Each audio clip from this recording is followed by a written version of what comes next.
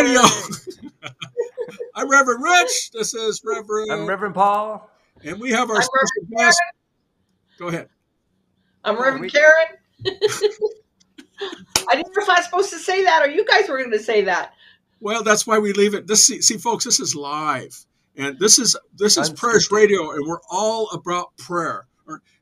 Science of Mind Prayer. Ernest Holmes. Go ahead, Paul. Say what. Affirmative prayer. There we go. See, we do this every time. It's fun. And we have our special guest today who has already introduced herself, but Paul will introduce her again. This is Reverend Karen Linsley. She's an amazing minister, interim minister, focus ministry, and we'll bring her into that. That's right. And we're going to have her pray us in, and then we're going to have her tell us about herself. So if you pray us in, please. Okay. Oh my goodness. Settling into this absolutely glorious place where I recognize that God, spirit, power, force, energy, that thing that is, as Ernest Holmes calls it, the stuff that is everywhere present, even and especially present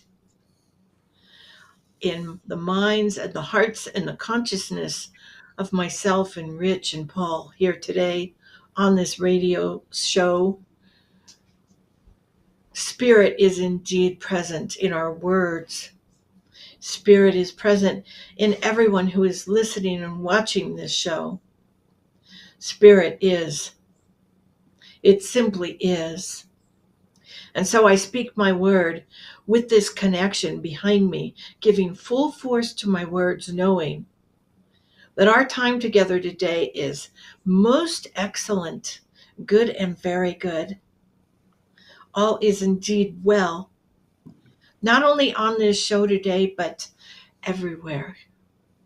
All is indeed well, right here and right now. And so I declare our time together good and very well blessed. And I release my words into that absolutely glorious law that says yes.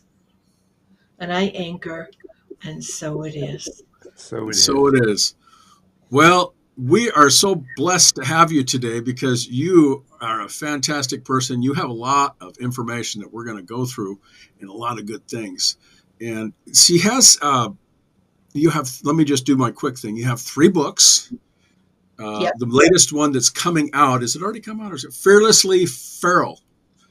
And the book itself, you can fearlesslyferal.org is where that can be reached at, and her ministry is reached at right now. And there's other things. There's more. And again, this is live, folks. So go ahead and tell us anything else that I may have left off. But wait, there's more. That's one of my favorite expressions. If you ever listen to my podcast, chances are somewhere in that podcast, I'm going to say, but wait, there's more. So yeah, there's a lot more. I guess I'll start with the book since it's already been mentioned. It's called, and everything's backwards here. There we go. There you go. How to live. Thanks, Paul. How to Live Fearlessly Feral. It's not even available yet on Amazon. I checked this morning. Any day now, any day. But you can order advanced author copies from me and go to fearlesslyferal.org, and you can reach me through there. And I have a link that you can buy the book, a print version of the book. The digital version will be out soon. Amazon, Barnes and Noble, all those other places. So that's the book. The book has been many years in the making, and it's a part of my focus ministry called Fearlessly Feral Living. And a focus ministry is a ministry with a focus. Now, a focus ministry can be physical in person. It can be through a center or a church or a teaching chapter or something like that. Mine is completely online, although I can and I do travel to do workshops, and I'll be hitting the road soon with the book once it becomes fully ready, and visiting various places to talk about this pretty incredible piece of work that has just come out. So a focus ministry basically focuses on one aspect of ministry. My aspect is teaching people to take spiritual principles and spiritual practices and not just apply them in their life, but to live them. Hmm. And my experience is that not everybody, even ministers sometimes, they don't know how to do that. They take a principle like oneness. Well, yeah, I believe in oneness. I believe that God and I are connected, that God is everywhere present, and we're all one. But what does that mean for someone in their life? Hmm. This book explains it. And it takes a deep dive into principles like that. So that's my focus ministry. And yes, I have a podcast as well. And I talk about any various aspects of life. And there's always a principle and a practice in the podcast. And I'm like, Hmm. okay, here's how this applies in this particular situation. So that's the focus ministry. And And you also run an interim ministry, correct? I do, yes. So Centers for Spiritual Living has an interim minister program. There are currently, and I'm going to get this wrong because numbers and I are not always faithful to one another. And I'm sorry, I don't know how else to put it. I think there's about 10 interim ministers in this program. It is facilitated by Centers for Spiritual Living. And it is specifically for communities who have lost their ministers for whatever reason. And we interims are trained. We have a special training program for us. We are trained and we have a special certificate too to go into these communities and shepherd them from everything that occurs when a loss happens, the Hmm. grief, the feelings of betrayal, the anger, all the stuff that goes on when there's a loss. We go in and facilitate successful transition, healing. We heal, and by the time we're done, and it takes anywhere from 6 months to about a year and a half, although once in a great while, one of us might serve a community a little longer. My average amount of time, and I've served um, 5 communities now, I think, has been a year. Mm. It's been a year. And so we go in and we do all that grief work, we do the healing work. It's a lot of workshops, a lot of teaching, a lot of training. Uh, and by the time we're done, the community is ready and eager. They know who they are, they know what they're about, they know what their vision is, they Hmm. know what their consciousness is, and they're ready to attract their new forever minister. And then they Mm. and then the job announcement goes up on the CSL website, and then ministers apply, and then they get matched up with their forever minister. And then Okay. and then the interim minister leaves. I say bye, and I'm out of there, and I go home and I rest for a while. And how do you use prayer through that ministry? Oh, it's constant. I pray every single day. I specifically how I use prayer is so as an interim, I'm going into a challenging situation. I'm going into a situation where people are not at their best. They are hurting units. Hmm. And when people are not at their best, they are acting in ways that are sometimes not very pretty. And so I begin with prayer. And I pray for my own consciousness first. And I pray that I'm compassionate and loving and kind and open and willing and able to listen to these people who have had this incredible loss. Hmm. And then I go in with that mindset because prayer changes the mind of the one doing the praying, which is one of my favorite Ernest Holmes quotes. So I change my mind as often as is necessary, and sometimes it's several times a day. Sometimes it's almost constantly because it is sometimes a challenging situation, but it's very, very rewarding work and I love it. So I pray as often as necessary to change my own consciousness, and then I go in. And then when the people speak to me, the first thing I do is go to prayer. And I ask them, okay, you're angry, or you're betrayed, or you are feeling, you're not trusting, you want to leave. And I'd say, if the situation were ideal, what would you be feeling right now? What do you want to feel? How do you want to show up in this thing called Center for Spiritual Living, anycity.com? How do you want to show up in this role here? And they think about it for a minute, and they say, oh, I want to show up as peace and love and light. And that's what we pray for. Mm. We go right into prayer. And We go what are right some of in. the tangible results that you've seen from that? Oh my goodness. Well, the last place I served as interim minister was Center for Spiritual Living Bakersfield. I just got a thank you letter from them yesterday. They are growing to the point where they were able to fix their roof in their church. Now, if you guys probably know, roofs are expensive. Mm. Last winter when I was there was flooding because the roof was leaking in multiple places. It's a very old building. I love this. I love the building. I like old buildings. And they walked in one morning and they called me and they said, Karen, there's a flood. No, it was in the evening. They were doing something special. And when I'm serving as an interim, I'm not always there physically. I'm only there physically once or twice a month, depending on what's going on. I wasn't there physically. Apparently, there was a big flood in the sanctuary. And so they needed to get the roof fixed. They have grown to the point where they got the roof fixed. They were able to pay Mm. for it. Yeah, Nice. yeah. So prayer comes out. Prayer works. It has tangible physical results. My favorite form of prayer is to change the consciousness of the one doing the praying, myself. But that always results and manifests in physical outcomes.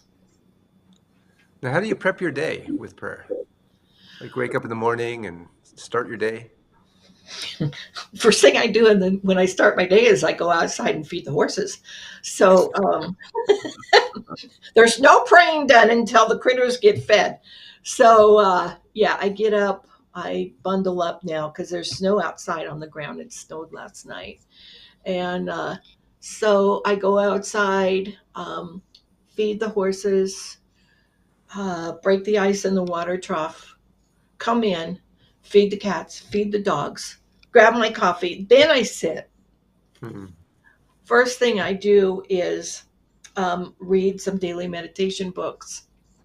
And that gets my mindset into this place where I am kind of out of, okay, feeding the critters and doing all the stuff that I do. I'm into that place of consciousness. And then I go inward and I do like a scan. And what am I feeling today? What's going on inside of me? Where's my consciousness at today? Mm. Now, if my consciousness is sucky, which sometimes it is, I am not always happy, joyous, and free. I'm not always enthusiastic. I'm not always um, feeling motivated to do anything at all except sit there, uh, which for me is not always good. But whatever it is, if my consciousness needs to be changed, that's when prayer comes in. Mm. That's when prayer comes in. And so I do that. And then once I finish the prayer, then my consciousness has changed. And then I start writing because I write almost every day. I'm working on 2 new books now. Now that the third one's out, sort of. Uh, Can't wait for it to get a clue and get on Amazon. But like I said, those author copies are available for me directly. But yeah, I'm working on 2 new books already. Yeah. Now, how have you seen your prayer change over time? from starting being a practitioner to now being an interim minister? Oh dear. Okay. Way back when I became a practitioner in 2008. So I was busy manifesting parking places back then. I really was. I'm like, I got the parking place. Life is good. Of course, I live in rural Nevada, so parking is not an issue. But it was the equivalent of parking places. And as I recall back then, financial abundance was where I was at with all of Mm, that. And that's not an issue today. So I guess back then I was more focused on praying for outside things like parking places and money. And now I'm focused on praying for inner things, my consciousness, my psychological frame of mind, what's going on inside of me, because I know that everything begins within. mm, Everything Mm, is created twice, first in our mind and then out there. And so I always bring it within. I always go within. And Paul, you and I we talk about this every conversation we have, Rich. Once a week, Paul and I are talking, and he's like, well, just pray about it. And I know there's a step before you pray about it. You need to know what to pray for. And in mhm, order to know what to pray for, you got to go within and see what's going on inside of there and explore and acknowledge mm. that there's stuff going on inside. I'm really trying hard not to swear, you guys. There's stuff going on inside, and you got to take care of that. Otherwise, for me, if I don't take care of that stuff first, prayer's not going to work mm. Mm. because I'm still in the consciousness of I feel icky. And do you Life's do a 3-step, a 5-step, a 7-step prayer? What's your prayer order five. there? I was taught 5 5 steps. steps. Yeah, yeah. We even had an acronym. Are you ready to receive? Oh, I And like that. yeah, are you ready to receive? RURTR. Are you ready to receive? Yeah. I like that. Anything you want to add, Rich? Well, I was going to say that the prayers a lot of times we do argumentative, where we're arguing with ourselves on it. So that's yeah, that's more of a 7-step thing where you deny power to and so on and so forth. But the 5-step works too. It's because you're just saying, hey, I remember we had a few other guests on that said, no, I use 5-step because it works and I apply it and I already know it because it's Mm, done. Mhm. And you're one that believes that also. That works well because we have to do prayer that manifests inside of ourselves that will bring us what we want and how Yes. we do it, whether it's argumentative or whether it's declaration. I'm declaring this to be so. It has to be done that way where you're comfortable with it and your mind is the mind that accepts it. Your mind is the mind of God, and then it ripples Yeah. out into the Yeah. universe. I think for me, the argumentative part happens before I ever enter the prayer mm, because I'm like, okay, this is going on. I don't want this. But if this is true and that's true, then I can change what's going on. And I get to that place before I ever start the prayer. Mm, So when I start the prayer, I'm there already. mm. And who was I talking to the other day? I don't think it was you, Paul. I think it was another person that I talk to regularly, and she was telling me that there's a minister out there who does 7 steps, and there's always adds the argumentative piece into it, and that's the way he teaches it, and I think that's wonderful.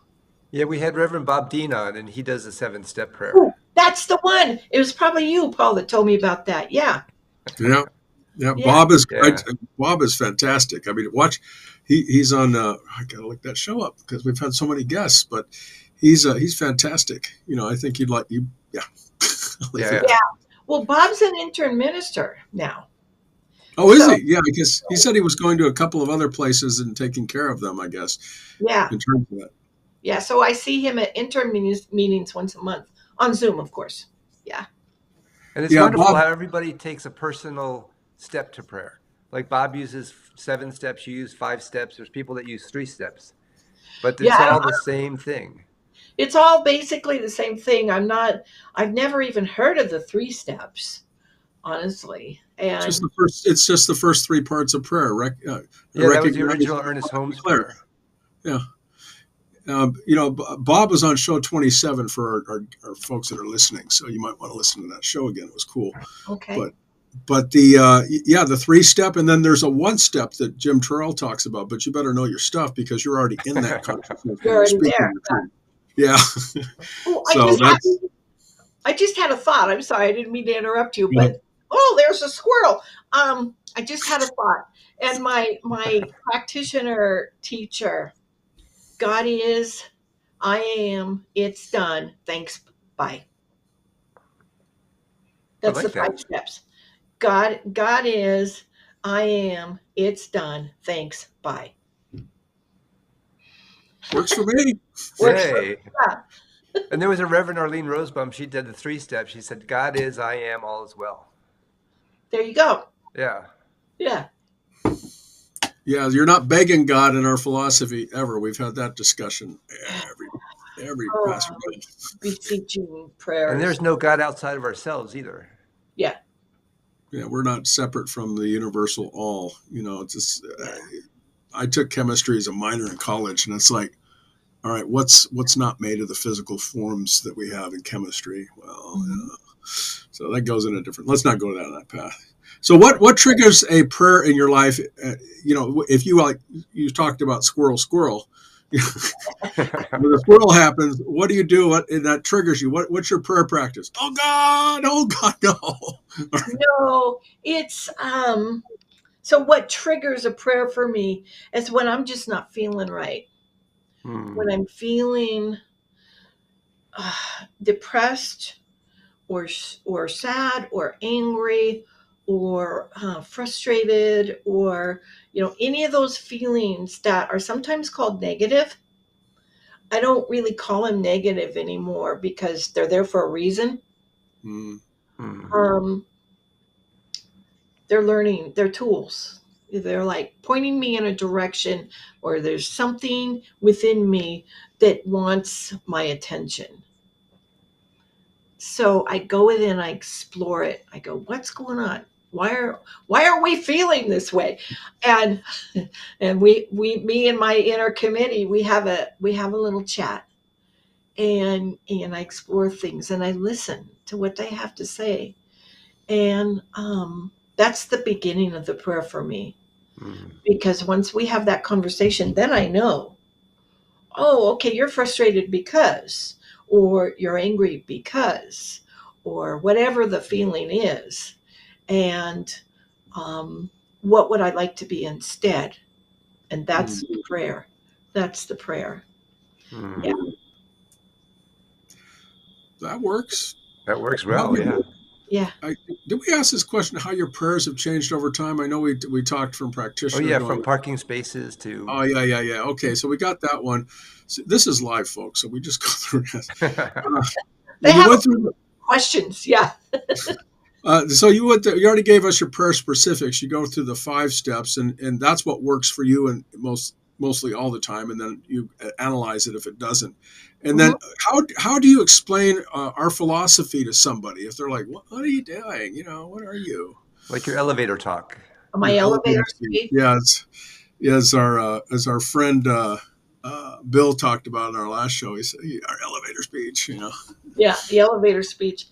Uh, God is everywhere present, and you can call it whatever you want, and our thoughts have power.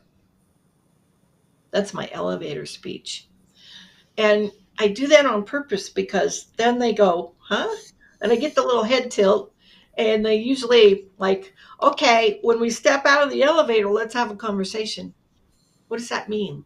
Hmm. What does that mean? And then we it opens it up.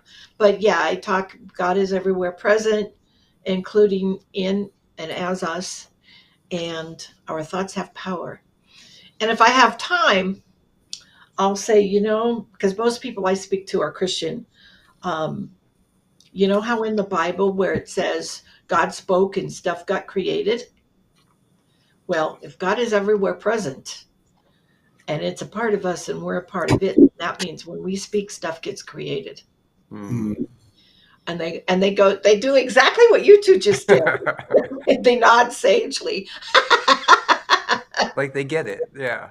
Yeah, yeah. So we're at the 5 minute mark. We're going to shotgun the last questions. Okay. Paul, Is, go is ahead, there Paul. is there a favorite book of yours from Ernest Holmes that you could recommend? Science of Mind textbook, but right now I'm rereading The Art of Life. Good Oh, book. yes, it is. Yeah.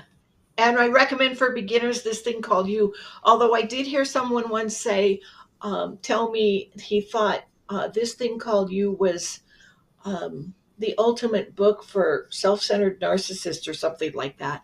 And I'm like, oh my goodness. Okay, is there a prayer request in there? Yeah.